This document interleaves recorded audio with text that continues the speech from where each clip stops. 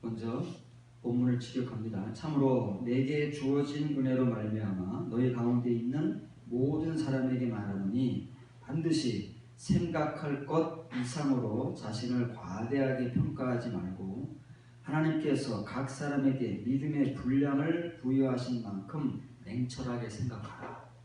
바울이 왜 로마 교회를 향해서 이런 말을 복음으로 전했을까요? 로마 교인들이 들을 때 기분이 어땠을까요? 여러분들 어떻습니까? 여러분들이 지금 신앙생활을 잘 해오고 있습니다.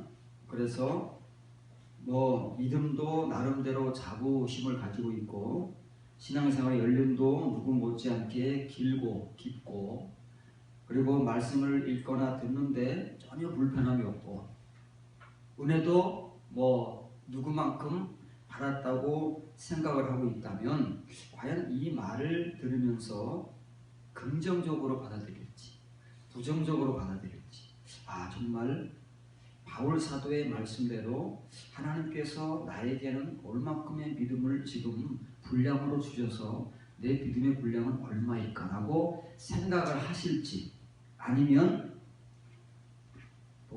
나야 됐지 이렇게 결론을 내릴지 궁금합니다.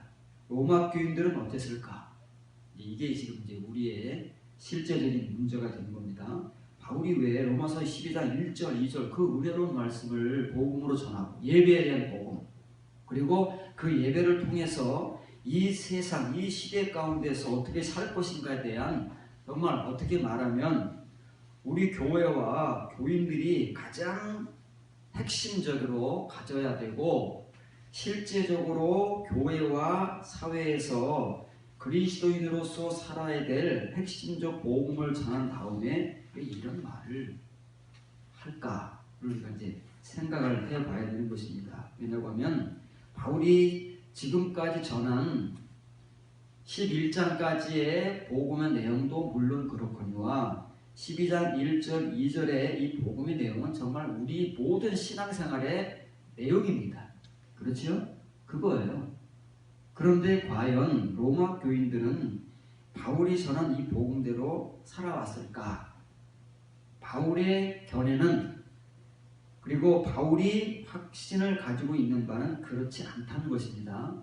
로마 교회뿐만 아닙니다. 바울이 앞으로 우리에게 소개해주는 고린도 교회를 비롯해서 데살로니가 교회에 이르기까지 모든 교회들에게 이런 근거를 이런 이제 기본을 바탕으로 깔고 복음을 전하지 않습니까? 그러니까 로마 교회에만 이런 생각과 견해를 가지고 복음을 전하는 게 아니다 그 말이에요.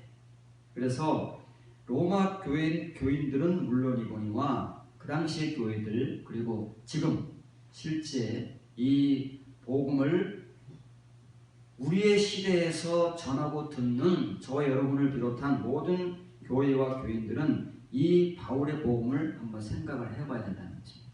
특히 어떤 부분을 생각해야 되느냐면 우리의 믿음의 분량은 물론이거니와 바울은 지금 하나님께서 자기에게 주신 은혜라고 한글 성경은 그렇게 번역하겠지만 왜냐하면 우리 말은 수동형이 별로 없습니다. 수동형을 잘 사용하지 않고요. 그런데 외국어는 수동형을 엄청 많이 사용합니다. 웬만하면 수동형을 사용해요. 영어나 히브리어나 헬라어 수동형이 굉장히 많이 나옵니다. 왜냐하면 외국어의 언어는 이렇게 구조화되어 있기 때문에 수동형을 자연스럽게 사용을 합니다. 그런데 우리는 이렇게 우리의 언어가 형성되어 있지 않기 때문에 자꾸 이런 것들을 이렇게 수동형을 능동으로 바꿔서 번역을 거의 해놨습니다. 그래서 우리가 본문을 읽으면 이것이 능동형으로 기록된 것 같이 오해를 하는 거예요. 그런데 바울은 지금 수동형으로 얘기를 하는 자기가 은혜를 받은 게 아니에요. 우리는 그렇게 표현을 하잖아요. 우리가 은혜 받았다. 하나님께서 주신 은혜를 받았다. 이게 이제 우리의 표현이란 말이에요. 한국 사람들의 표현이고 바울의 표현이나 외국인들의 표현은 하나님께서 나에게 은혜를 주시는데 그걸 어떻게 표현하냐면 나에게 주어졌다 이렇게 표현한다는 말이에요. 그러면 이제 외국인들은 이제 제외하고 바울이 왜 이런 표현을 쓰느냐? 여러분들에게 한번 소개해줬지만 하나님께서는 우리가 칭의의 신앙을 가지고 신앙생활할 때 우리가 이런 고백을 했습니다. 늘 우리가 하나님의 은혜를 받을 때마다 하나님은 모든 때마다 우리에게 필요한 은혜를 그때그때 이제 직접적으로 주시는 것이라고 그렇게 생각을 하고 은혜를 받고 고백을 하고 이제 신앙 간증이라는 것들을 해오는 거예요. 성경은 어때요? 성경은 하나님께서 일일이 우리가 생각하듯 그렇게 우리를 간섭하시는 것이 아니라 하나님은 어떤 방법으로 우리를 간섭하신다고요? 하나님의 시스템을 가지고 간섭하시는 거예요. 하나님이 만들어 놓으신 시스템이 있어요. 그 시스템을 작동하게 해서 그 시스템대로 하나님을 믿는 각 신자들에게 혹은 성도들에게 하나님의 은혜가 주어지도록 하나님 만들어 놓으신 거예요. 바울의 표현이 그런 겁니다. 우리는 지금 그런 내용들을 모르기 때문에 왜 바울이 이렇게 표현을 하는지를 쉽게 우리는 이해할 수가 없어요. 우리의 지금까지 이끌어온 신앙생활, 우리가 지금까지 하나님께로부터 은혜를 받은 것, 또 받았다고 고백한 것, 우리의 신앙적인 어떤 그런 말씀적 내용들, 이런 것들을 통해서는 바울이 말하는, 그리고 신약 성경에서 사도들이나 아니면 기타 다른 사람들이 그들의 신앙을 복음으로 고백할 때 그 표현들을 우리가 잘 이해를 못한다는 말이에요. 바울은 이제 고백합니다. 참으로 내게 주어진 은혜로 말미암아 말하는 거예요. 바울이 자기 주관적인 생각으로 복음을 전하는 것이 아니고 바울에게도 이런 과정이 있었다는 겁니다. 바울 역시도 신앙생활을 이끌어 오면서 이런 경우가 있었는데 몰랐다는 거예요. 왜 몰랐어요? 바울이 어렸을 때에는 이런 걸 모른다는 거예요. 바울이 이제 고린도전서 13장에서 고백하잖아요. 내가 어린아이였을 때에는 말하고 행하는 것이 어린아이 같고 그러나 장성한 사람이 되어서는 이걸 버렸다. 우리가 영적 어린아이의 상태에 있을 때에는 우리 자신을 분별을 할 수가 없습니다. 내가 어느 정도의 믿음이고 내 분량이 어떤지를 전혀 파악을 할 수 없어요. 그런데 우리는 그때 어떻게 생각하냐면은 내 자신이 믿음도 좋고 구원도 받고 은혜도 많이 받고 신앙생활도 잘하고 있고 그렇게 생각할 수 있다는 말이에요. 과거의 바울과 같이 지금의 로마 교인들과 같이. 그래서 바울이 지금 그걸 건드려 주는 거예요. 지금까지 전한 복음뿐만 아니라 로마서 12장 1절 2절의 복음을 여러분들이 이해하기 전에 먼저 이거를 점검해라 그 말이에요. 여러분 각자가 여러분의 믿음의 분량이 어떤지 그리고 지금 여러분들이 넘어가서는 안 될 그 생각을 넘어갈 수 있기 때문에 그것을 여러분들이 조심해야 되고 먼저 이것들을 점검하고 여기서부터 출발을 해야 여러분들이 잘못된 길로 접어들지 않습니다 하는 것이 이제 바울의 이 12장 3절의 복음이다 그 말이에요. 여러분들이 볼 때는 별로 중요한 것 같지 않습니다. 그러나 사실은 이것이 로마 교인들에게는 굉장히 중요한 것이고 로마 교인들과 같은 칭의의 믿음 안에 있는 모든 교회와 교인들에게는 동일하게 이것이 중요한 것입니다. 그래서 우리 역시도 바울이 자기에게 주어진 은혜를 통해서 경험을 통해서 말하는 거예요. 반드시 생각할 것 이상으로 자신을 과대평가하지 말라는 말이에요. 뭘 과대평가하지 말아요? 신앙적으로. 자신의 믿음, 구원, 은혜, 말씀 이런 것들을 과대평가할 수 있다고 말해요. 우리 자신들은. 우리는 요만큼밖에 가지고 있지 않고 요만큼밖에 모르는데 이 정도면 뭐 이만큼 알고 이만큼 믿고 이렇다고 우리 스스로가 과대평가할 수 있기 때문에 그러지 말고 하나님께서 여러분 각자에게 주신 믿음의 분량 그거를 냉철하게 생각하지 않으면 안 된다 하고 바울이 전하는 거예요.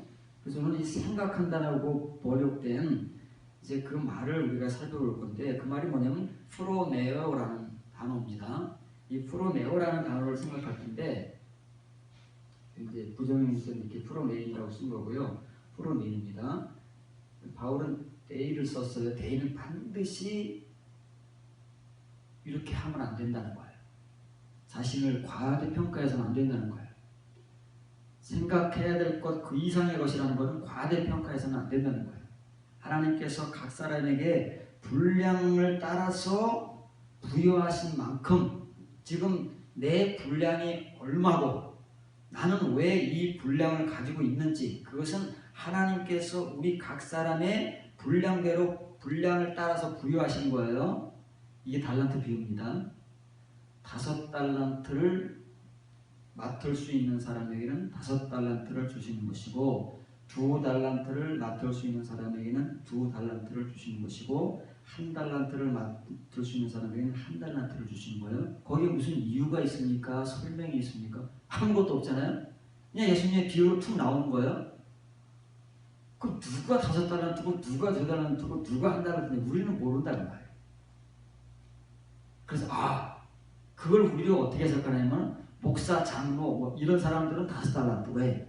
교회 생활도 오래 하고 믿음도 좋은 것 같고 직분도 그렇게 맡았으니까 5달란트.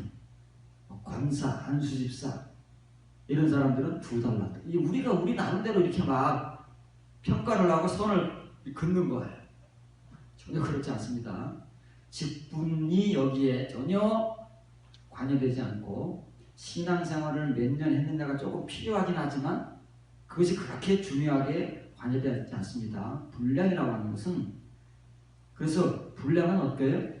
하나님께서 우리의 분량을 따라서 부여하시는 거예요. 그 사람에게. 그래서 그 분량만큼 우리가 받는 것이기 때문에 어떻게 하라고 해요? 소프로네오. 프로네오 앞에 소라는 말이 붙었습니다. 그럼 이제 지혜할 때 소피아잖아요. 그걸 이제 적도로 붙은 거예요. 냉철하게 우리가 자신을 평가하고 생각하지 않으면 다 여기 빠진다고 말이에요. 여기 넘어지기 때문에 그런다는 거예요. 그럼 이제 이 말이 무슨 말이길래 바울은 이 단어를 차용하고 있는가? 신약 성경에 생각하다는 단어는 다른 단어들이 몇 개 있습니다. 근데 이 단어는 사실은 생각하다는 단어는 아니에요. 그러면 이 본문에서도 생각하다라는 뜻으로 쓰인 것은 아닌데 이렇게 번역을 이렇게 해야만 매끄럽기 때문에 이렇게 한 것뿐입니다. 그래서 이 말이 신약 성경에서 어떻게 사용되고 있는가를 우리가 살펴보게 되면 바울이 로마서 12장 3절에서 이제 이 본문을 통해서 하고자 하는 말을 이해할 수가 있는 거예요. 본문만 딱 보면은 무슨 말을 하고 있는지를 모르는 거예요. 그래서 지금부터는 신약 성경에 흩어져 있는 이 프로네오라는 말이 26번 사용되고 있는데 다 살펴볼 수는 없지만 중요하게 우리가 살펴볼 내용들을 살펴보게 되면 이 말이 어떻게 쓰이고 있는가를 이제 볼 수 있다는 말입니다. 마태복음 10장 16절입니다. 보라, 내가 너희를 보내니 양을 이기 가운데로 보낸 것 같도다. 그러므로 너희는 뱀같이 지혜롭고 비둘기같이 순결하라. 이 말을 우리가 많이 애용하지 않습니까? 비둘기같이 순결하다는 것은 우리가 이제 어느 정도 이해를 합니다. 그런데 뱀같이 지혜로우라고 할 때 뱀이 정말 뱀이 지혜로운가? 뱀은 우리가 부정적인 것으로 특히 성경에서는 그렇게 이해되는데 예수님은 뱀같이 지혜로우라고 하니까 뱀이 지혜로운가? 뱀의 지혜를 닮아야 되는가? 이런 생각들을 하게 되지 않겠습니까? 그래서 뱀은 원래 이제 냉정하다는 뜻입니다. 뱀은 냉철한 거, 차갑잖아요. 뱀은 냉철한 겁니다. 위에서 말씀드렸죠. 냉철한 건데 그걸 이제 굳이 좋은 쪽으로 해석하면은 분별을 가져라는 말이에요. 뱀같이 냉철해야 분별이 생기잖아요. 이것저것 판단하고 그 분별이에요. 냉철함. 여기에 사용되는 단어가 이제 이 형용사형입니다. 프로니모스라는 형용사형이 사용되기 여러분들에게 소개를 한번 해주는 거예요. 고린도전서 13장 11절입니다. 내가 어렸을 때에는 어린아이와 같다가 장성한 사람이 되어서는 어린아이를 버렸노라. 짧죠? 짧습니다. 그러나 이 짧은 성경을 우리가 많이 생각해야 됩니다. 지금 여러분들이 이제 지금 잘 들어야 됩니다. 바울이 왜 이런 고백을 고린도 교회를 향해서 하며 이 내용은 무엇인가? 고린도 교인들이 이런 말을 바울의 이 복음을 정말 알아듣고 받아들였겠는가? 예를 들면 오늘 여러분들을 향해서 이 말을 할 때 여러분들이 어린아이라고 제가 결정을 하고 여러분들에게 복음을 전하면 여러분들의 기분이 어떻겠습니까? 좋겠습니까? 바울은 지금 그 얘기를 하는 거예요. 이미 고린도전서 3장에서 바울이 고린도 교회를 향해서 뭐라고 그랬습니까? 여러분들은 영적 갓난아이다 라고 결론을 내렸잖아요. 그 얘기를 하는 거예요. 그 어린아이 얘기를 하는 거예요. 영적 갓난아이 얘기를 하는 겁니다. 그러면서 자기를 빗대서 바울의 경험을 비추어서 어린아이가 무엇이고 장성한 사람이 무엇인가를 고린도 교인들에게 부연 설명을 해주는 거예요. 부연으로 복음을 전하는 말이에요. 그럼 이 밑바탕에는 고린도 교인들은 지금 영적 갓난아이, 어린아이라는 그 사실이 깔려 있는 거예요. 여러분들은 좋겠냐고요. 여러분들 중에서는 다 믿음이 좋고 신앙생활도 오래 하고 지금도 있고 그래가지고 나는 이제 다 장성한 사람이지 내가 무슨 어린아이야. 나는 아니고 암개, 무슨 집사, 암개 권찰, 암개 평신도 이런 사람은 어린아이지 이렇게 생각할 수 있다고 말이에요. 그런데 고린도 교회를 상정을 해야 됩니다. 고린도 교회가 어떤 교회인가를 우리가 상정을 하지 않고는 바울이 그 고린도 교인들을 어린아이라고 결론 내는 것에 대한 충격을 받습니다. 아, 고린도 교회는 어린아이래. 이렇게 고린도 교회로만 치부를 해버린다고 말이에요. 우리하고 연결을 시키지를 않아요. 오늘날 우리들은. 과거에 저도 그렇고 여러분들도 그랬을 것이지만 그렇지 않다고 말이에요. 아, 고린도 교회가 그렇대. 왜? 아, 그 사람들은 참 나빴대. 그렇게 치부를 해버린다고 말이에요. 근데 고린도 교회가 어떻다고요? 그 당시 초대교회의 가운데서 우리가 그렇게 중요하게 생각하는 성령의 은사들이 가장 넘쳐나고 가장 충만하고 지금은 사라져버린 은사들 어떤 은사들이요? 시인의 은사라든지 능력 행하는 은사라든지 우리는 지금 지혜의 말씀, 지식의 말씀의 은사가 뭔지를 정확하게 잘 모릅니다. 그런 것들까지도 고린도 교회에 신자들에게 나타나서 그 사람들이 그런 성령의 은사를 받고 교회 안에서 그런 은사들을 드러내는 그 시대에 그 교회가 고린도 교회인 거예요. 우리는 그 성령의 은사의 수준을 얼마나 높게 보고 있습니까? 고린도 교회를 우습게 보면 안 된다는 거예요. 지금 이 시대, 우리 시대 여타 어느 교회보다도 성령의 은사가 뛰어나고 다시 말하면 우리의 표현대로 하면 영적 수준이 높다는 말이에요. 우리는 방언만 해도 난리를 치는데 방언은 제일 낮은 수준의 성령의 은사고 그것보다 훨씬 수준 높은 그 9가지 성령의 은사들이 고린도 교회에서 나타났다고 말해요. 교인들에게. 그런데 바울은 그런 교인들을 향해서 여러분들은 영적 갓난아이다라고 결론을 내리는 거예요. 그 복음이 오늘 여러분들이 눈을 읽고 있는 고린도전서 13장 11절의 복음이란 말이에요.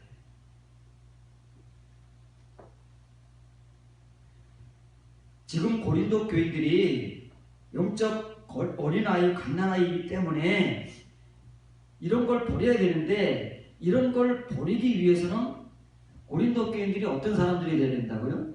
한글 성경적 표현으로는 장성한 사람이 되어야 버릴 수 있다는 거예요. 장성한 사람이 못됐대잖아요. 고린도 교인들은. 장성한 사람이 되라는 거예요. 바울 자신의 경험, 지금 우리의 표현으로 하는 신앙 간증을 통해서 장성한 사람이 무엇이고 왜 여러분들이 영적 갓난아이인가를 바울이 자기의 경험을 비추어서 신앙 간증을 하는 거예요. 우리 표현대로 하면. 바울도 이런 시절이 있었잖아요. 바울도 어린아이의 시절이 있었는데 나이가 어렸다는 게 아니라 영적, 신앙적으로 어린아이의 시절이 있었는데 그때에는 자기가 자기를 돌아봐도 말하고 생각하고 행동하는 모든 것이 다 어린아이의 것들이었다. 그런데 바울이 언제부터인가 자기에게 주어진 그 은혜를 따라서 장성한 사람이 되고서 이걸 깨달았다는 것이지 어린아이였을 때는 아무도 몰라요. 자기가 어린아이인지, 어린아이의 말을 하고 어린아이의 행동을 하고 어린아이의 생각을 하는지를 모른다는 말이에요. 고린도 교인들이 알겠어요? 모르니까 바울이 어린아이라고 결론을 내리고 그 어린아이들이 그걸 버리기 위해서는 장성한 사람이 되어야 된다고 자기의 경험담까지 이렇게 들춰낸다고 말이에요. 그래도 모르는 거예요. 이게 이제 우리의 난제인 거예요. 어려운 문제. 하나를 들어보시기 바랍니다. 내가 어린아이 때에는 어린아이 같이 말하고, 그 말한다는 게 뭐예요? 레고가 아닙니다. 그냥 우리가 대화하는 게 아니에요. 랄레오, 복음을 전하거나 설교를 하거나 이런 게 다 어린아이의 말을 하고 어린아이의 행동을 하고 어린아이의 사고를 드러낸다 그 말이에요. 바울도 이런 경험이 있었다는 거예요. 그 시작이 언제예요? 다메섹 도상에서 그런 거예요. 다메섹 도상에서 예수님을 만나고 다메섹에 들어와서 눈을 아나니아에 의해서 눈이 띄어졌잖아요. 바울이 어떻게 했습니까? 당장 뛰쳐나가서 복음을 전했잖아요. 우리는 그거를 지금은 대단한 하나님의 은혜를 받은 것이고 영적 체험을 하는 것이고 그리고 뭐 은혜가 충만해서 복음을 전하는 것이라고 생각을 합니다. 그런데 그때 바울은 실패합니다. 처절하게 실패하고 거기를 도망나오는 거예요. 하나님은 그 바울은 사용하실 수가 없는 거예요. 그 상태로 바울은 하나님의 도구가 아니에요. 쓸 수가 없어요, 하나님이. 그런데 바울은 자기 개인의 결정과 은혜를 따라가지고 뛰쳐나가서 다메섹에서 복음을 전한 거예요. 그러면 되는 줄 알았어요. 그게 우리 모두의 은혜고 우리 모두의 감정이고 우리 모두의 결정이고 우리는 그런 사람들에게 박수를 치고 환호하고 은혜 충만하다고 하는 거예요. 하나님은 아니에요. 하나님은 그런 바울을 사용하실 수가 없어요. 그래서 바울은 실패하고 예루살렘에 가서 잠깐 사도들과 교제를 하다가 고향으로 돌아가는 거예요. 거기서 반대를 엄청 직면하고 형제들에 의해서 고향으로 돌아가서 거기서 집고 생활을 10수년을 하고 비로소 바나바에 의해서 안디옥 교회 선생으로 오게 되는 겁니다. 그 시간 동안 바울은 어린아이의 과정을 거친 거예요. 바울은 지금 그 자기의 경험담을 얘기를 하는 거다 그 말이에요. 고린도 교인들이 알아듣지 못하는 우리도 알아듣지 못하는 말을 지금 바울은 하고 있는데 마치 우리는 이 말을 다 알아듣는 것처럼 우리는 어른이니까 우리는 장성한 사람이니까 이제 신앙생활을 얼마 하지 않은 사람들이 어린아이인 줄 생각을 하고 그런 사람들에게 해당되는 말인 줄 알고 우리는 막 던진다 그 말이에요. 사실은 고린도 교인들이 어린아이고 우리가 어린아이들인데 우리를 못 보는 어린아이들은 자기가 어린아이인 걸 몰라요. 영적으로 절대 모릅니다. 하나님이 우리에게 그것을 보여주고 가르쳐 주시기 전에는 바울과 같이 하나님에 의해서 자기가 얼마나 어린아이였는가를 알기 위해서는 어떤 사람이 되어야 돼요? 어린아이일 때는 모른다니까요. 하나님으로부터 바울에게 은혜가 주어지고 그 아라비아 광야 3년 생활, 고향에서 몇 년 생활 그렇게 10여 년의 세월을 10수년의 세월을 겪으면서 비로소 바울이 하나님에 의해서 이제 교회의 선생으로 부름받을 때 그때쯤 돼서 주어진 은혜를 따라서 장성한 사람이 되는 거예요. 그때 아는 것이지 어린아이 때는 아무도 모릅니다. 내가 어린아이 때에는 어린아이같이 말하고 전파하고 설교하고 어린아이같이 관심을 기울이고 생각하였으나 어른 남자가 되어 온 동안에는 어린 아이의 것들을 폐기하여 왔노라. 왜 이렇게 번역을 안 한 거를 바울이 이렇게 말했기 때문에 그런 거예요. 한글 성경같이 바울은 말하지 않았습니다. 한글 성경같이 배워봐야 아무런 우리에게 영적 성장 도움이 안 되는 거예요. 왜? 우리는 어린아이. 바울이 말한 대로 바울의 말을 이해하고 바울이 지금 어떤 말을 하는가를 우리가 알아야 바울의 복음을 쫓아갈 수 있기 때문에 바울의 말을 우리가 이제부터 꽉꽉 씹어 먹어야 되는 거예요. 여러분들이 눈에 담아야 하고 각인을 해. 여러분의 지각에 각인을 해야 되는 거예요. 그래야 바울과 같이 성인이 되는 것이고 남자가 되는 것이에요. 이렇게 해야 바울과 이런 과정을 거쳐야. 근데 어떤 과정을 거쳤는지 모르잖아요. 바울은 그냥 한글 번역본을 읽어보면 단순하게 내가 어린아이 때 이랬다. 장성한 사람에서 이랬다. 그렇지 그 외에 다른 말을 하고 있지 않잖아요. 그럼 이 바울의 말을 통해서 바울의 어떤 경험, 어떤 과거, 어떤 과정을 우리가 읽을 수 있겠어요? 못 읽는다는 말이에요. 그러나 바울이 한 말을 들여다보면 읽어낼 수 있다는 말이에요. 왜? 바울은 지금 우리가 읽는 말을 하는 것이 아니라 바울 자신의 말을 원래 했기 때문에 그렇다는 말이에요. 그래서 이거 본문에 나오는 이제 프로네오라는 말은 생각하다가 아니에요. 원래 이 말은 관심을 기르는 관심. 사고하는 거예요. 관심과 사고를 여러분에게 한자어로 설명을 뒤에서 해 줄 것입니다. 그래서 그렇게 되면 이 프로네오라는 말이 어떤 말인지를 조금 더 이제 확장해서 이해를 할 수 있을 것입니다. 그럼 어린아이와 지금 어린아이로 표현되는 넵피오스, 이것이 어린아이도 되고 갓난아이도 되는 거예요. 고린도전서 3장 1절에서는 똑같은 이 넵피오스라는 단어가 갓난아이로 번역이 됐잖아요. 똑같은 거예요. 영적 갓난아이나 영적 어린아이나 저주의 말씀을 공유하는 거예요. 진리의 말씀을 공유하는 모든 사람을 영적 어린아이, 영적 갓난아이라고 하는 거예요. 그게 누구예요? 고린도 교인들이에요. 성령의 은사는 막 넘쳐날지 몰라요. 다 어린아이인 거예요. 진리의 말씀을 공유하는 공유자들은 다 네피오스들이에요. 그러면 이 네피오스를 벗어난 바울 같은 사람을 뭐라고 불러요? 아네르라고 하는 거예요. 아네르가 뭐예요? 남자예요, 남자. 우리가 지금까지 계속 반복해서 구약성경, 신약성경에서 이렇게 하나님의 연단, 징계와 연단을 통해서 진리의 말씀이 아닌 이면의 말씀, 거듭나는 말씀, 영과 생명의 말씀인 따바로와 웨마의 말씀을 씹어 먹고 자란 사람들을 아네르, 게베르라고 하는 거잖아요. 바울은 지금 그 얘기하는 거예요.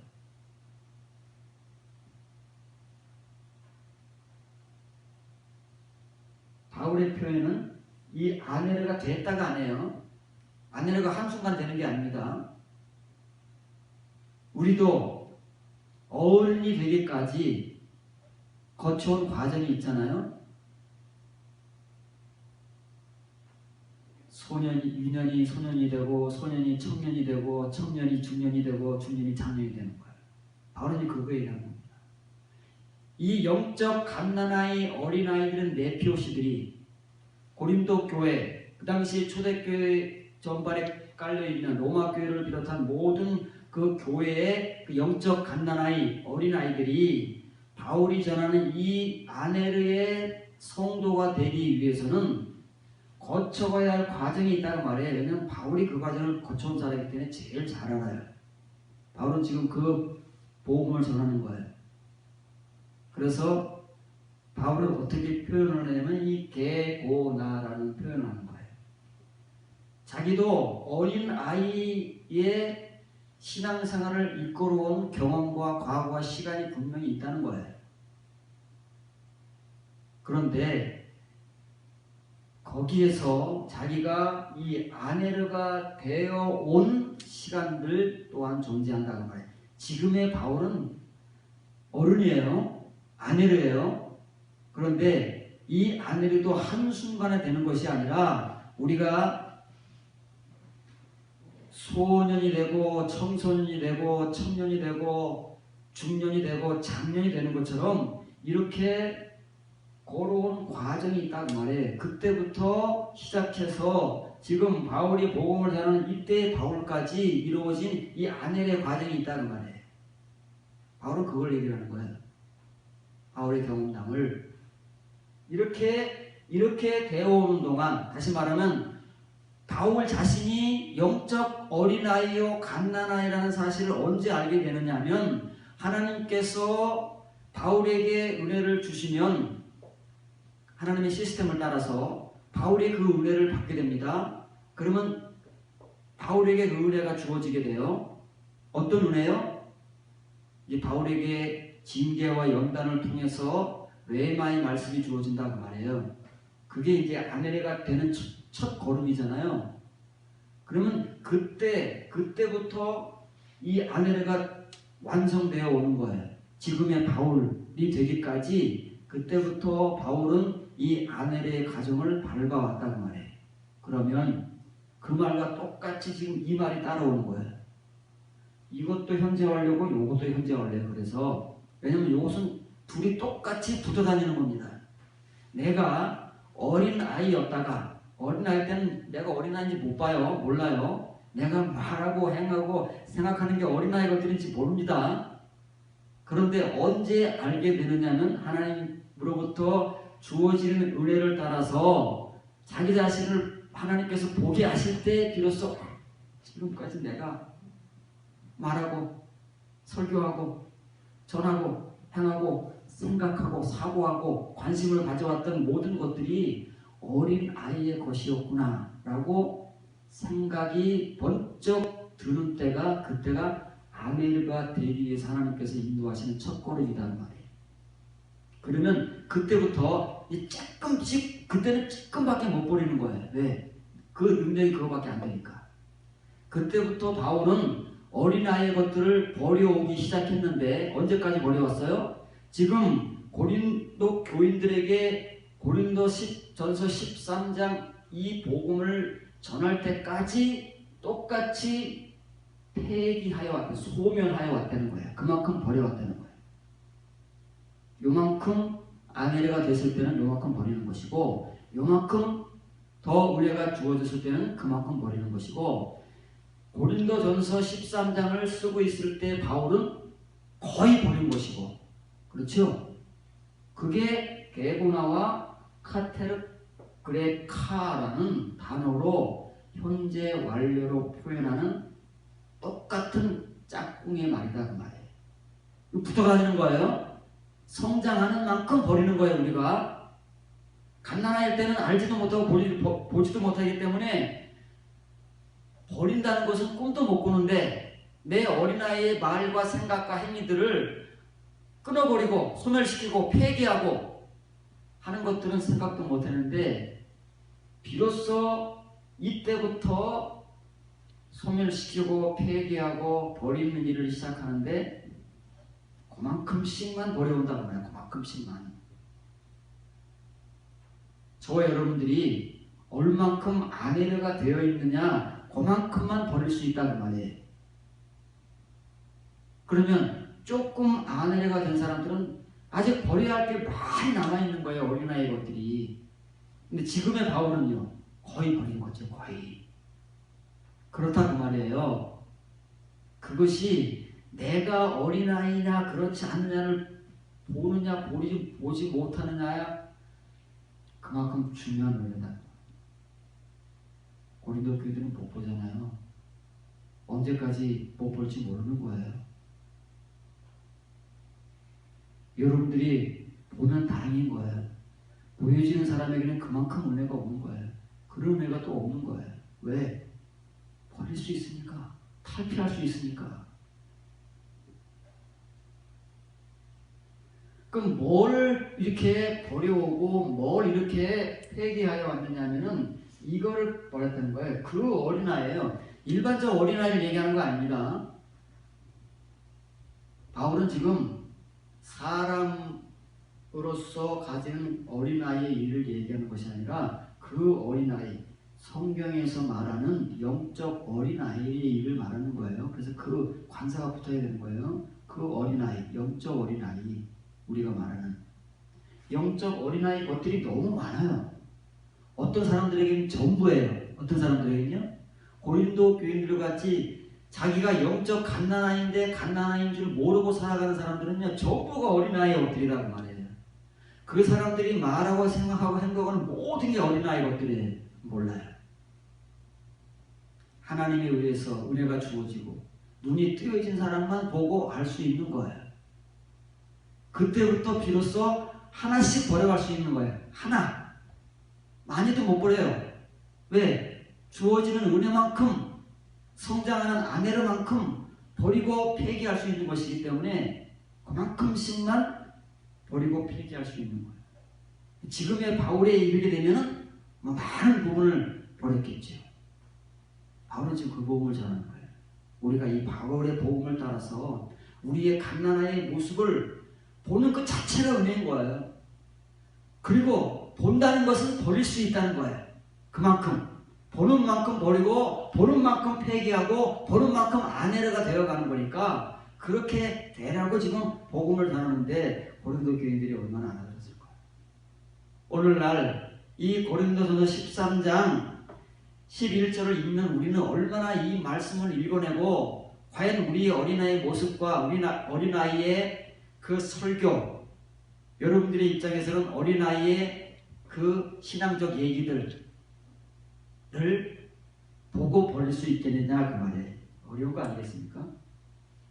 마가복음 8장 31절 33절입니다. 인자가 많은 권한을 받고 장로들과 대제사장들과 서기관들에게 버림받아 죽임을 당하고 사흘 만에 다시 살아나야 할 것을 비로소 그들에게 가르치시되 제자들에게 가르치시되 드러내놓고 이 말씀을 하시니 베드로가 이르시되 예수님을 붙들고 항변하매 예수께서 돌이키사 제자들을 보시며 베드로를 꾸짖어 이르시되 사탄아 내 뒤로 물러가라. 내가 하나님의 일들을 생각하지 아니하고 도리어 사람의 일들을 생각하는도다. 이게 이제 한글로 번역이 됐기 때문에 생각하다로 번역을 한 거예요.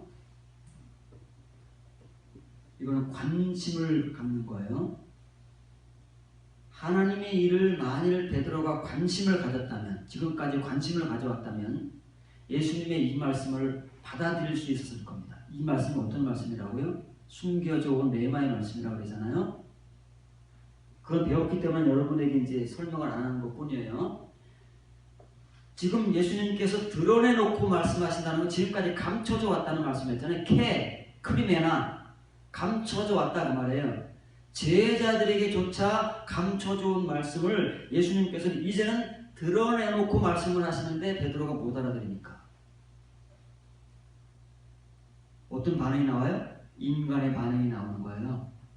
사람의 것들만 관심을 가져온 사람의 반응이 툭 튀어나오게 돼 있다고 말해요. 근데 누구예요 그 사람이? 예수님의 제자인 베드로다 그 말이에요. 우리가 이 하나님의 감추어진 말씀에 대한 은혜를 받아서 그것들에 대한 관심을 가져오지 못하고 지금 이렇게 칭의의 신앙생활만을 이끌어왔다면 우리의 모든 것이 뭐라고요? 어린아이의 것들이다 그 말이에요. 뒤에 나오겠지만 어린아이들은 뭐 생각하고 사고하고 관심 갖는 게 뭐예요? 다 자기 수준이잖아요. 어린아이들 것들이잖아요. 베드로가 그렇다 그 말이에요. 다른 사람이 그런 게 아니고 예수님 말씀에 의하면 베드로가 그렇다 그 말이에요. 그래서 예수님은 베드로를 책망하시는 거예요. 뭐라고 책망할 건데? 책망의 정도가 너무 세. 적당히 하시면 좋겠는데 너무 세요. 이 베드로를 향해서 이때의 베드로를 향해서 사탄아 그러는 거예요. 얼마나 무서운 말씀입니까? 요즘 같으면 난리 납니다. 하면 큰일 나요. 고소당하니까. 저는 절대 안 할 겁니다. 사탄아! 예수님께서 가룟 유다에게는 뭐라고 그러셨어요? 너희 중 하나는 마귀다. 똑같은 말이에요. 12 제자 가운데 가룟 유다보다 먼저 사탄이라는 책망을 받은 사람은 베드로예요. 가룟 유다는 한참 뒤에 받잖아요. 왜 베드로가 예수님의 12 제자 가운데 한간에서는 수제자라고 불리는 사람, 천주교에서는 베드로가 초대교회라고 그러는 거잖아요.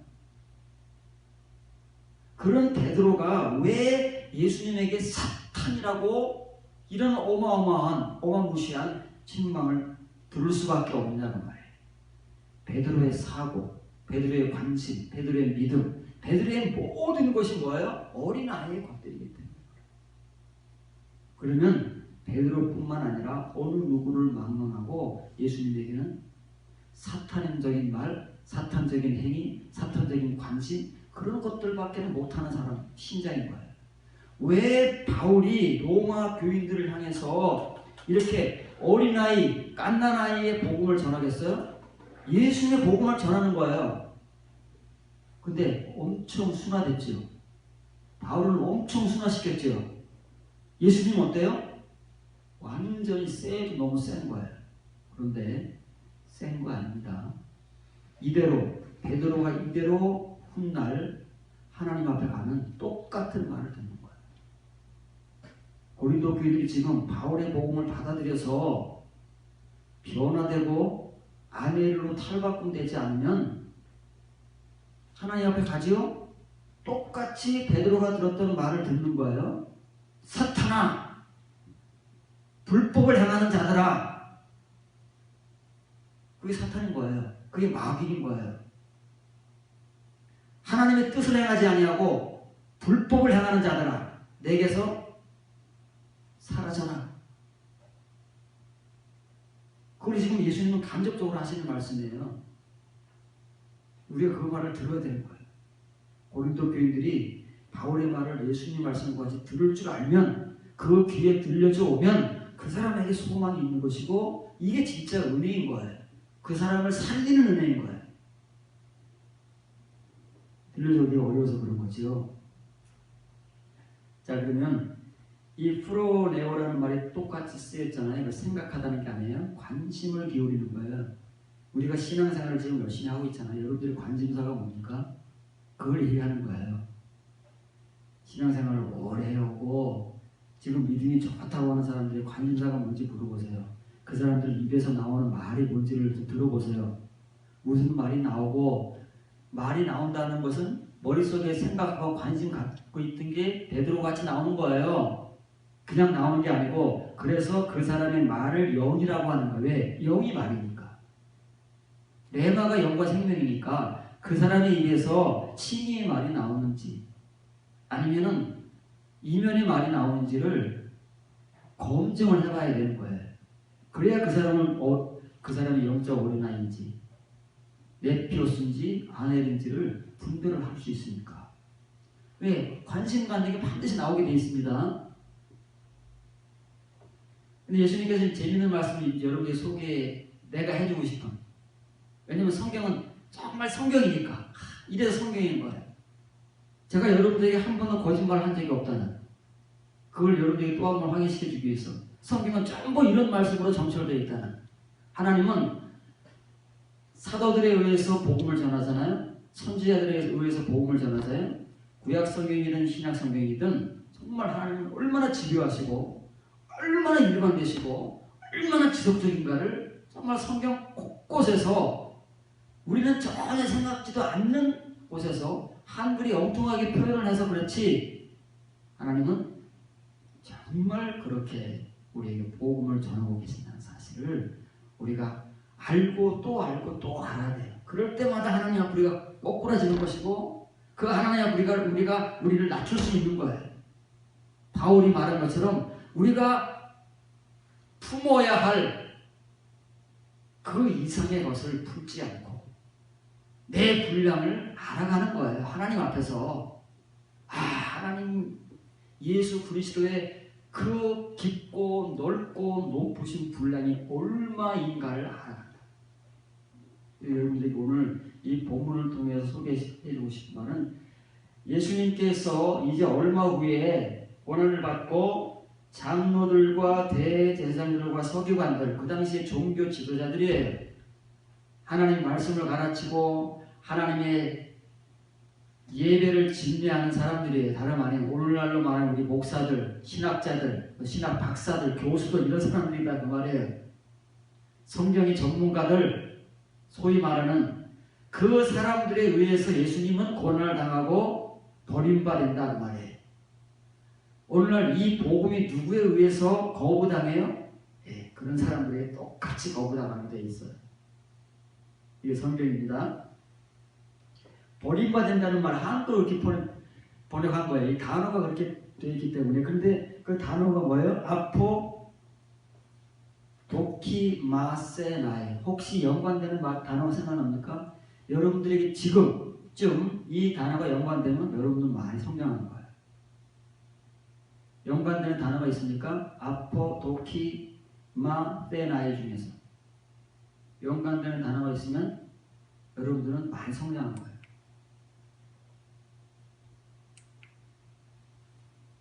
도키마죠. 도키마죠. 연단하시다, 증명하시다. 왜 예수님께서 하나님의 아들이신데 다른 사람들도 아니고 대제사장들과 장로들과 서기관들에게, 교회 대표들에게 이렇게 거절을 당하실까요? 이건 거절당하다는 뜻입니다. 버림받았다는 게 아니고. 이 사람들이 예수는 어떻게 버리겠어요? 거부당한다는 뜻이에요. 당신을 하나님의 아들로 우리는 못 받아들여. 거짓말하지 마. 라고 거부한다는 거예요. 그럼 왜 이 사람들은 거부할까요? 예수님께서 거절당하시는 것이고 예수님은 거절당하시는 사람입니까? 그러면 대제사장들과 장로들과 서기관들은 거절하는 사람들이잖아요. 이 사람들이 왜 예수님을 거절할까요? 오늘날 우리 같으면 아멘하고 영접한다고 생각하지 않겠습니까? 그것도 천만의 말씀이지만은 우리가 이때 사람들은 우리도 다 거절했을 거예요. 거절한다고 합니다. 이 거절한다는 뜻이 무엇이며 왜 이 사람들은 교회 대표들인데 왜 하나님의 아들이신 하나님 되신 그분을 왜 거절할까? 용접하지 않고 도키마조, 아포, 도키마조하고는 동떨어진 사람들이기 때문에 그런 거예요. 하나님께 연단을 받거나 증명되지 못한 사람들, 자기들끼리만 대제사장이고 장로들이고 서기관들이지 하나님께 인정받은 사람들이 아니에요. 이 사람들은 하나님께 증명된 사람들이 아닌 거예요. 자기들끼리만 그런 거예요. 우리들끼리만 목사, 교수, 신학 박사, 장로이지 하나님께 그렇게 인정받은 사람들이 아니다 그 말이에요. 하나님께 이렇게 연단되고 증명된 사람들은 절대 어느 누구를 막론하고 예수님을 거절하지 못해요. 거절할 수가 없어요. 예수님이 그 사람들에게 거절당할 일이 없어요. 그런데 왜 그들은 예수님을 거절하고 예수님은 그들로부터 거절당하실 수밖에 없느냐면 그 사람들이 이런 존재들임을 증거하고 있는 거예요. 예수님께서 친히 사도들이 그토록 전해왔던 이 도키마저의 복음, 베드로의 그 불시험의 복음, 바울의 그 시련의 복음을 가지고 예수님께서 미리 복음을 전해놓으신 거예요. 자, 분별해라. 이 사람들은 다 이런 사람들이야. 이런 사람들이기 때문에 나를 거절하고 거부하는 거야.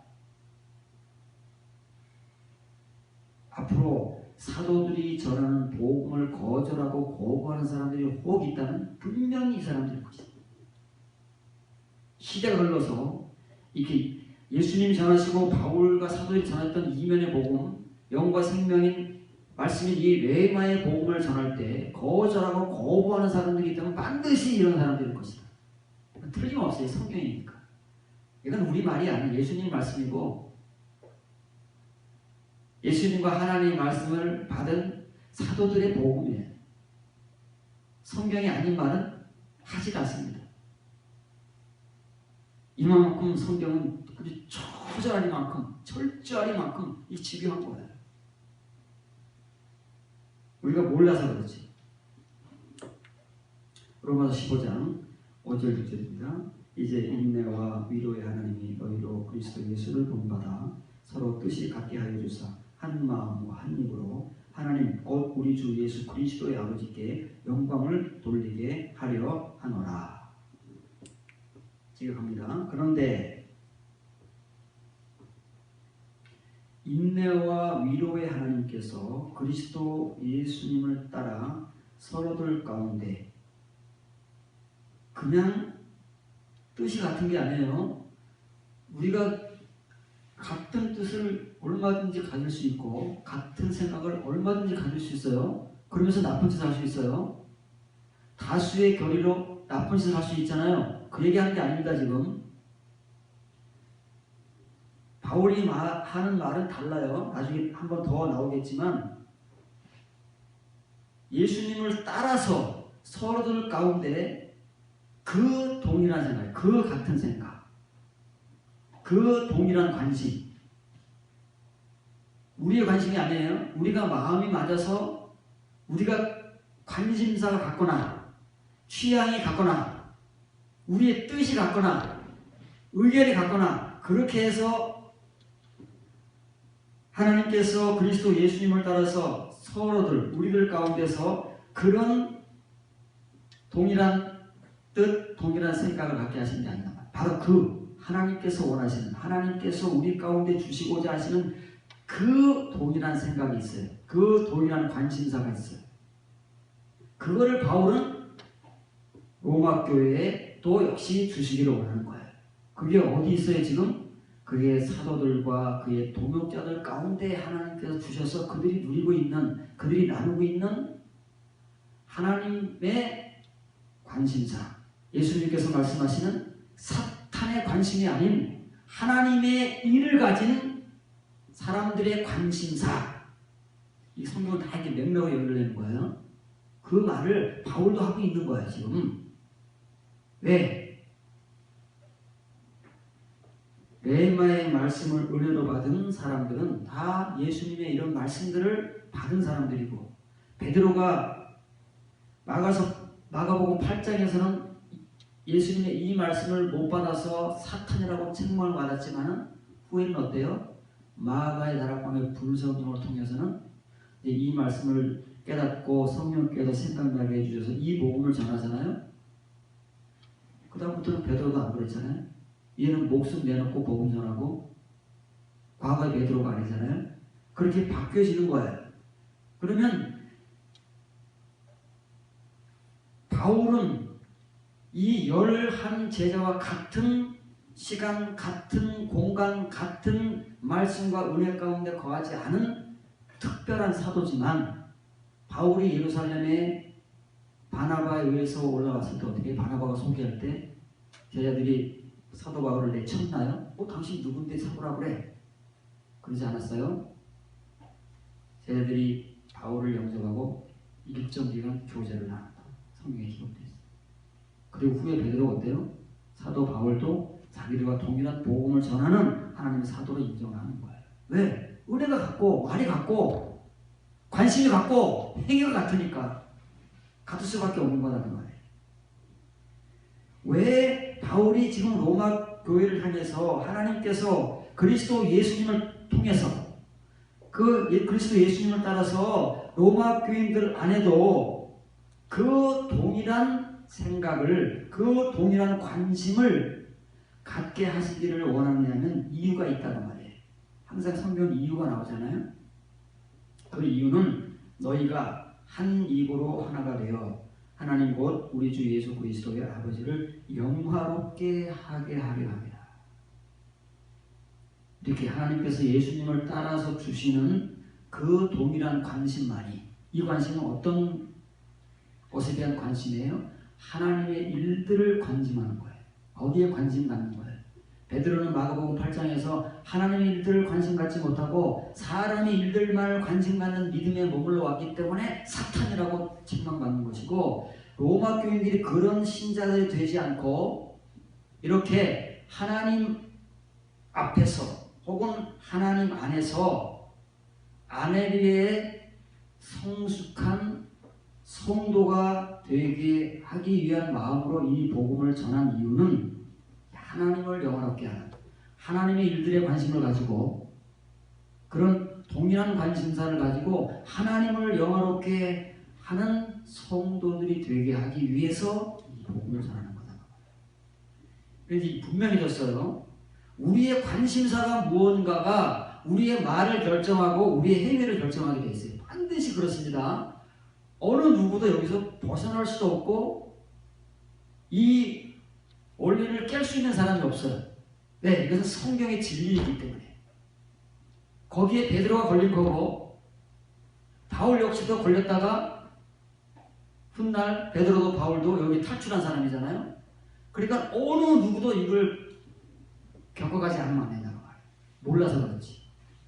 그걸 내가 겪고 있는지 내가 그런 존재인지를 몰라서 그렇지, 그걸 겪고 나서 아내의 자리에 들어오게 되면 훗날 베드로도 알게 되고 바울도 알게 되고 자기와 같은 처지에 있는 교회들을 향해서, 교인들을 향해서, 지금 신앙생활을 잘하고 있는 모든 교인들을 향해서 이런 복음을 전하지 않으면 안 된다는, 그래서 복음을 전하고 있는 거예요. 똑같은 말을 소개합니다. 바울이 로마 교회에 전했던 그 동일한 말인데 빌립보 교회에 전하는데 이제는 어떤 특정한 개인을 지칭하면서 전하는 거예요. 왜냐하면 이건 개개인들이 문제니까. 그렇잖아요? 여러분 한 사람 한 사람이 문제입니다. 여러분 한 사람 한 사람이 예수님께서 더 이상 감추지 않고 지금까지 감춰온 그 크리메나의 말씀들을 제자들에게 드러내놓고 말씀하셨을 때 베드로가 그 말씀을 받을 수 없는 존재라서 하나님의 일들을 관심 가져오지 못하고 사람의 일들만 관심 가져왔기 때문에 덜커다 무슨 얘기를 해요? 베드로에서 입에서 나오는 것은 하나님 말이 아니고 사탄의 말이다. 왜? 내 관심이 그거였고 내가 지금까지 이끌어온 그 행위들이 그거였기 때문에 그것밖에 나올 수가 없는 거예요. 근데 교회도 그런 사람들이 있다고 말해요. 그래서 로마 교회에 이런 복음을 전하는 것이고 고린도 교회 그 영적 갓난아이요 어린아이인 그 사람들에게 이런 바울이 복음을 전하는 거예요. 근데 빌립보 교회에 이 복음을 전할 때는 이제 개인을 지칭하는 거예요. 사실 우리 각 사람들이 이런 지적을 받으면 좋지요. 우리가 받아들일 수가 없어서 그 문제인 것이지, 받아들일 수만 있다면 이런 지적을 받는 것은 그때는 쓰지만 은혜가 될 수 있다는 거예요. 내가 유오디아를 권하고 순교계를 권하고, 이 두 사람이 아마 빌립보 교회에서 대표적으로 좀 발성을 피웠던 사람 같아요. 주 안에서 로마 교인들을 향해서는 하나님께서 그리스도 예수님을 따라, 똑같은 말이죠. 주 안에서 똑같은 표현이에요. 여러분 이제 헬라어가 여러 프린트 있으니까 로마 교인들에게 전한 로마서 15장 5절 6절에 써있는 그 말과 빌립보 4장 2절에 써있는 그 말이 철자 하나도 틀립니까? 철자 하나도 안 틀리잖아요. 똑같은 말이에요. 똑같은 내용의 복음, 똑같은 말이기 때문에 철자 하나도 틀리지 않고 바울이 로마 교회에 쓴 그 복음을 빌립보 교회에 이 유오디아와 순두개를 권고하는 말로 쓰입니다. 그게 뭐예요? 토, 아우토, 프로네. 그 동일한 관심이에요. 동일한 관심. 만일 이 유오디아와 순두개라는 사람이 예수님께서 베드로에게 말씀하신 것처럼 하나님의 일들에 관심을 가져오고 그들의 머릿속에 하나님의 일들에 대한 생각으로 꽉 차 있었다면 바울의 이런 권면을 들을 필요가 없는 거예요. 그런데 이런 권면을 직접적으로 대놓고 들어야 되는 이유는 이 사람들이 아직 영적 어린아이다. 베드로와 같이 하나님의 일들에 관심을 가져온 적이 없어요. 사람의 일들만 머릿속에 꽉 차 있기 때문에 그들에게서 나오는 말이나 행동은 반드시 그게 나오게 돼 있다. 베드로 같이. 그럼 이 사람들은 지금 베드로처럼 직접적인 책망은 듣지 않았지만 이 사람들도 어때요? 바울이 만약 예수님까지 직접 표현했다면 사탄들아 그렇게 되는 거예요. 두 사람이니까. 그렇지 않겠어요? 그런 표현을 안 해서 그렇지. 예수님은 베드로를 이렇게 세게 대하시는 이유는 제자이기 때문에 그렇게 대하시는 거예요. 나중에 이 복음을 전해야 될 사람이기 때문에. 여러분들에게 그렇게 세게 말 못해요. 첫째로는 고소당할까봐 말 못하는 것이고, 두 번째로는 감당할 수 없어서 말 못하고 그러는 거예요.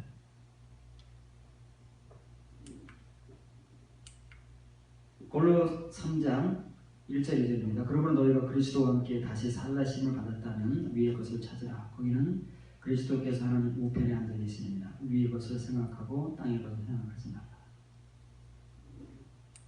일치격하면요. 그러므로 너희가 그리스도와 함께 다시 살리심을 받았다면, 큰 글자로 바울이 강조했다고 그랬죠.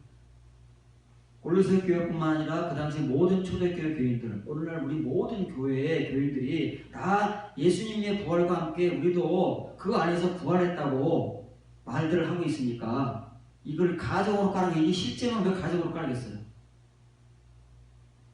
실제로 이런 은혜의 경험을 하지 않았음에도 교리로 배워놓고 이것을 마치 우리 자신들도 은혜로 받은 것처럼 얘기를 하니까 바울이 이렇게 가정복으로 복음을 이끌어간다는 말이에요.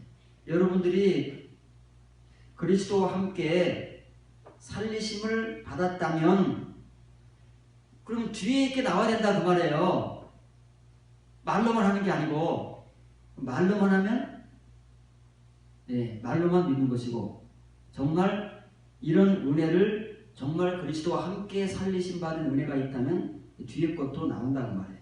그리스도께서 하나님 우편에 앉아 계시는 위의 것들을 추구하라.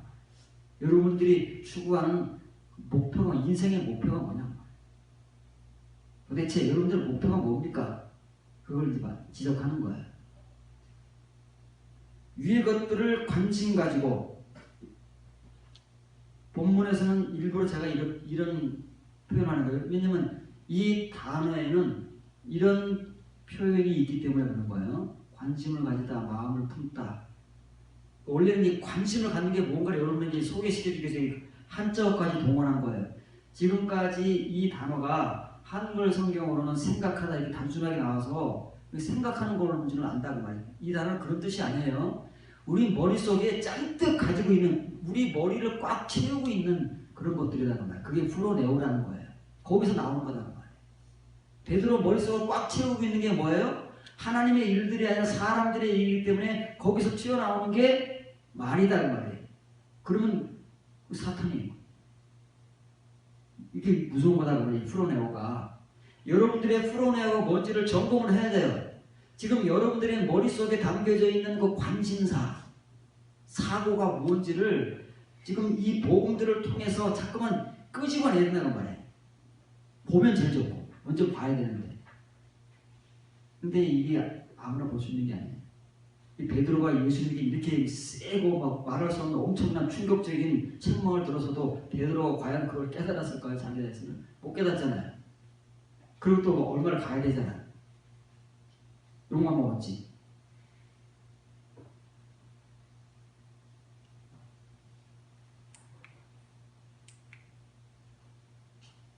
이 타아노라는 것은, 타는 복수형이죠. 것들입니다. 위의 것들. 위의 것들이 뭐예요? 하늘에 있는 것들. 하늘나라의 것들을 관심 가지라고 말해요.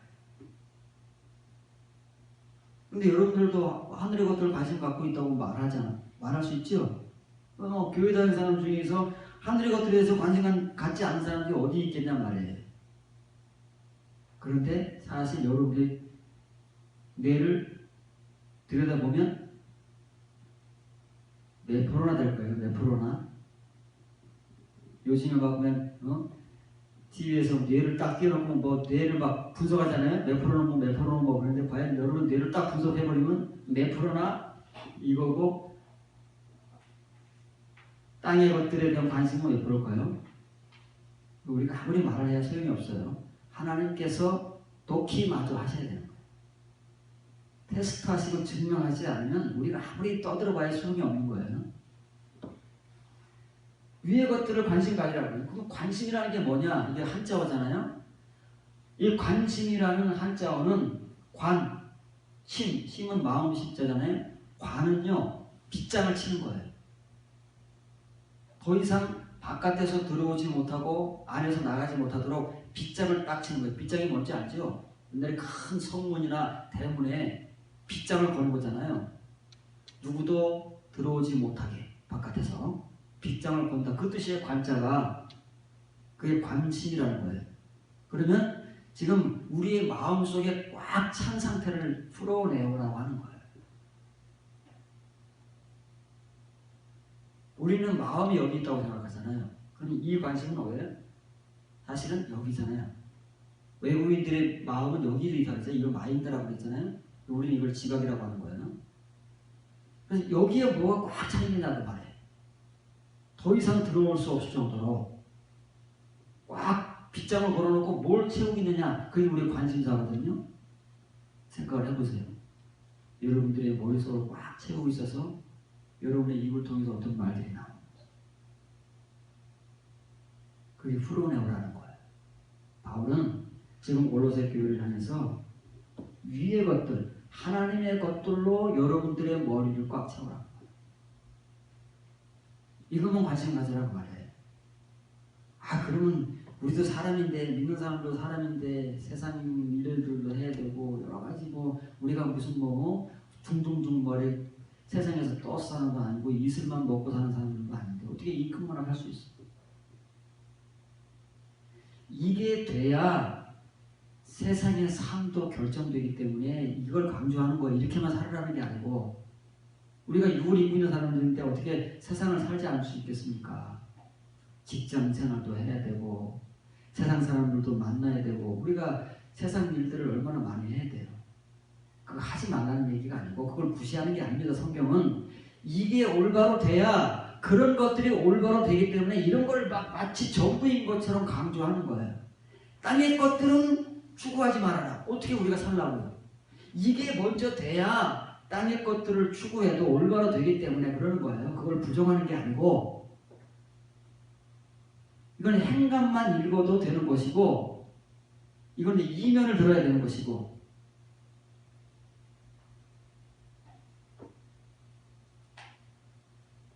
빌립보서 2장 5절부터 8절입니다. 너희 안에 이 마음을 품으라. 곧 그리스도 예수의 마음이 그는 근본 하나님의 본체시나 하나님과 동등됨을 취할 것을 여기지 아니하시고 오히려 자기를 비워 종의 형체를 가지사 사람과 같이 되셨고 사람의 모양으로 나타나사 자기를 낮추시고 죽기까지 복종하셨으니 곧 십자가에 죽으시니라. 이제 상당히 좀 부담스러운 말이 나왔어요. 참으로라는 말을 빠졌습니다. 여러분들이 열리셔야 되는데 참으로 너희 안에 이것이 품어지게 하라. 이 마음을 품으라가 아닙니다. 품는다고 해서 이게 저절로 되는 게 아니에요. 이 마음이 품어지도록 해라 그 말이에요. 앞으로 그렇게 하라는 거잖아요. 그럼 이게 저절로 된다고요? 시간이 흐르면?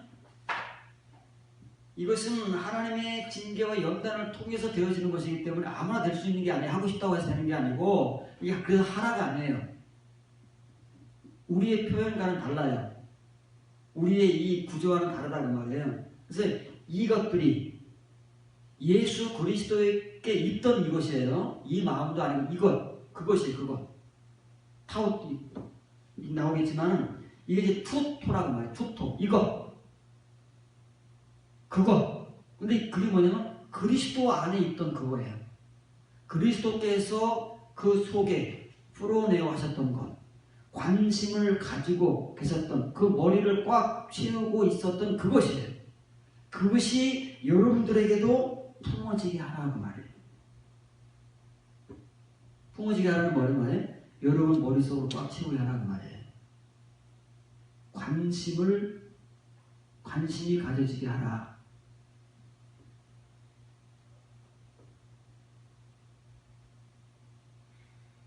거기서 이제 문장이 끝났어요. 죽음에 이르기까지. 이제 그게 뭘까를 설명해 주는 거예요. 이 빌립보 교인들이 품어야 할 것, 그 머릿속을 꽉 채울 정도의 관심사로 가져야 될 그것이 무엇인가를 예수 그리스도를 통해서, 수준이 너무 높잖아요. 기준이 예수님이라면 우리가 막 너무 어렵잖아요. 바울은 왜 기준을 바울로 삼거나 다른 사람들을 삼으면 그래도 조금 덜한데 예수님을 기준으로 떡 삼아버리면 어떡하라? 네, 모든 기준은 예수님입니다. 우리가 작은 크리스토스가 되어가는 것이고 로고스가 되어가는 거잖아요. 그래서 기준을 예수님으로 삼는 거예요. 괜히 그러는 게 아니고, 우리 뭐 기ዱ가 그런 게 아니고. 자, 죽음에 이르기까지인데 한글 성경에는 이걸 죽여놨지만 이게 지금 바울은 이 표현은 굉장히 지금 어려우니까 이게 어려운 거잖아요. 우리가 볼 때도 예수님의 십자가의 죽음의 기준은 너무 어려운 거잖아요. 우리한테는. 그래서 지금 바울은 한글 성경과는 다르게 표현하는 거예요. 이걸 잘 보셔야 돼요. 참으로 이것 예수님께서 직접 우리에게 보여주신, 그러나 이미 이 세상에 오실 때부터 그 안에 품고 오신 그 머릿속에 모든 관심사로 가지고 오신 그것을 너희도 품어지게 하고 너희 머리에도 관심사로 가득 채워지게 하라 그 말이에요. 그건 뭐냐면 죽음이다.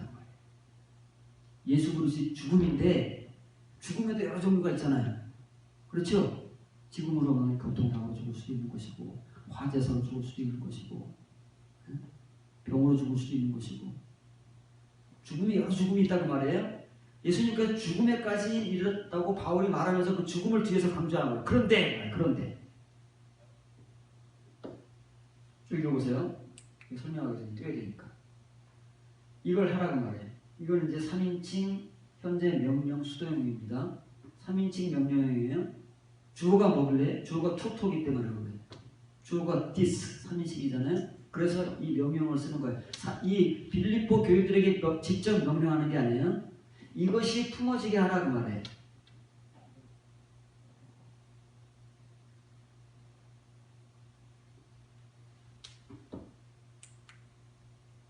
이거예요.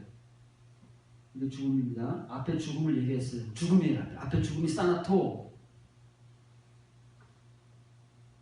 얘기해놓고 그 죽음을 뒤에서 길게 설명해 주는데 여기 대라는 접수소가 나와요. 그런데 그 죽음은 어떤 죽음이냐면 십자가의 죽음에 이르기까지.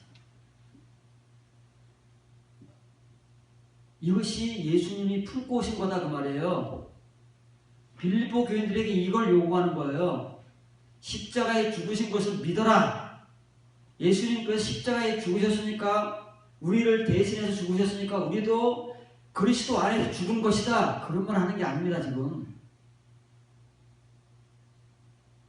이것을 품으라는 말은 뭐 예수님께서 이걸 품고만 오셨어요? 품고 오셔가지고 어떻게 했다고요? 이렇게 죽으셨다잖아요. 이게 죽으라는 거예요. 빌립보 교인들에게 교리를 전하는 게 아니다 그 말이에요. 그래서 위에서 골로새 교인들이 그리스도와 함께 죽고 그리스도와 함께 살리심을 받았다고 하도 말들을 하니까 그런 복음을 전한 거예요. 그랬다면 그 뒤에 것이 있어야 된다. 십자가의 죽음이라는 것은 교리가 아니고 우리가 그리스도와 함께 십자가에 죽었다. 그래서 우리도 죽었다. 그게 아니라 십자가의 죽음은 예수님께서 가지고 오신 그 마음을 품는 것인데, 그 마음을 품는다는 것은 예수님께서 그 마음을 먼저 품고 오셨기 때문입니다. 그런데 예수님께서는 그 마음을 품고 오신 것뿐만 아니라 정말 그 십자가의 죽음에 이르기까지 순종하셨다 그 말이에요. 순종하셨다. 복종하신 게 아니고 순종, 기꺼이 하셨다 그 말이에요. 그걸 품고 오셨기 때문에. 그래서 빌립보 교인들 가운데 바울의 복음을, 이 복음을 통해서 이제 이 예수님의 마음을 품는 사람이 나올 거 아니겠어요? 그렇죠? 품어지는 사람이 나올 거 아니겠어요? 하나님 은혜, 인도하신 징계와 연단을 통해서 여러분들 가운데 이 복음을 듣고 이 예수님의 마음이 그 머릿속을 꽉 채운 관심사, 예수님께서 세상에 오실 때는 오직 그 관심밖에 없는 거예요. 다른 관심은 없어요. 그 관심사로 가득 채워진 그 지각을 여러분 중에서도 만약에 하나님의 은혜에 의해서 품어지는 사람이 있다면 품고만 있으라고요? 예수님께서 실제적으로 십자가의 죽음에 이르기까지 모든 것을 순종하셨잖아요. 그분의 모든 삶을 순종하셨잖아요. 그렇게 하는 거예요. 그게 십자가의 죽음이라는 거예요. 우리가 그렇게 사는 것이. 그게 십자가의 죽음이고 그게 십자가의 죽음을 은혜로 그리스도 안에서 함께 받았다고 말할 수 있는 사람들이다 그 말이에요.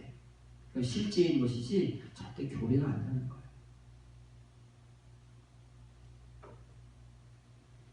이게 자신을 낮추는 거예요. 이런 은혜를 알면 알수록 자꾸 작아지는 거예요. 하나님 앞에서.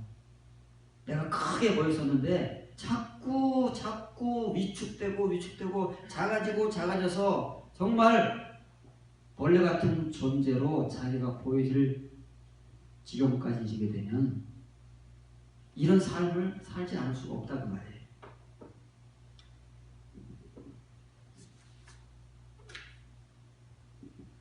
자, 마지막입니다. 넘어서 8장 5절 6절입니다. 육신을 따르는 자는 육신의 일을, 영을 따르는 자는 영의 일을 생각하느니 육신의 생각은 사망이요 영의 생각은 생명과 평안이니라. 여기 또 생각이라고 하잖아요. 생각이 뭐라고요? 관심, 사고예요. 사고. 관심이나 사고가 같은 말이다 그 말이에요. 사고는 생각하는 게 아니에요. 생각하고 관심하고 똑같은 거예요. 왜 관심이 빗장을 채우게 되느냐면은 이것만 생각하고 그게 사고예요. 또 생각하고 머릿속으로 떠나질 않아. 그걸 사고라고 하는 거예요. 그래서 일반적 생각이 아니고 여러분들에게 이제 더 이 말씀을 이해하기 위해서 사고라는 말로 여러분들에게 소개해 줍니다. 자, 참으로 또 빠졌어요. 참이에요. 육신의 사고 대상. 칭의의 신자들이 베드로와 같이 그 머릿속에 담겨져 있는 관심사가 있잖아요. 그 관심사가 있으면 대상이 정해지잖아요. 그걸 통해서 거기서 뭔가 실질적인 목표가 나오는 거예요. 우리 인생의 목표가 머릿속에 나오는 거 아니겠어요? 우리가 내 머릿속에서 관심사로 가지고 있던 것 중에서 우리의 인생의 목표가 나온다는 말이에요. 그래서 정확하게 지적하는 그 사고 대상이에요. 그 사고의 대상. 그래서 이걸 이제 명사형으로 쓰인 거예요. 토, 프로네마. 그 사고의 대상이에요. 육신의 그 사고 대상은 사망이에요. 구원 못 받는다는 말이에요. 그냥 죽는다는 게 아니고 영의 그 사고의 대상은 생명과 평강이니라. 그러면 여기서 육은 뭐고 영은 뭐예요? 예수님께서 요한복음 6장 63절에서 말씀하신 것과 똑같은 말씀을 바울이 표현을 조금 다르게 해서 하는 거예요.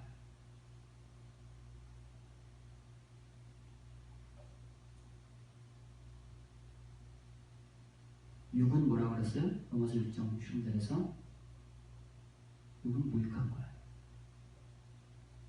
헛된 거다는 말이에요. 다시 말하면 육은 사망이에요. 그런데 뭐가 생명이고 살리는 거예요?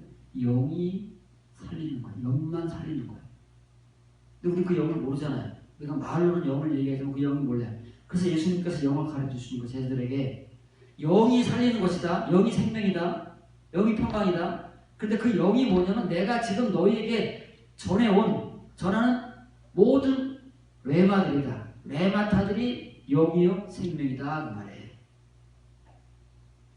근데 우리가 영을 알아야 되는 거예요. 바울이 이 영이 생명이고 평안이고 평강이고 육은 사망이다 하는 말이 예수님 말씀과 똑같은 거기 때문에 우리가 영을 알지 못하면 육도 모르는 것이고 육을 제대로 모르고 영이 뭔지 더 모르는 것이 올 것 같다는 말이에요.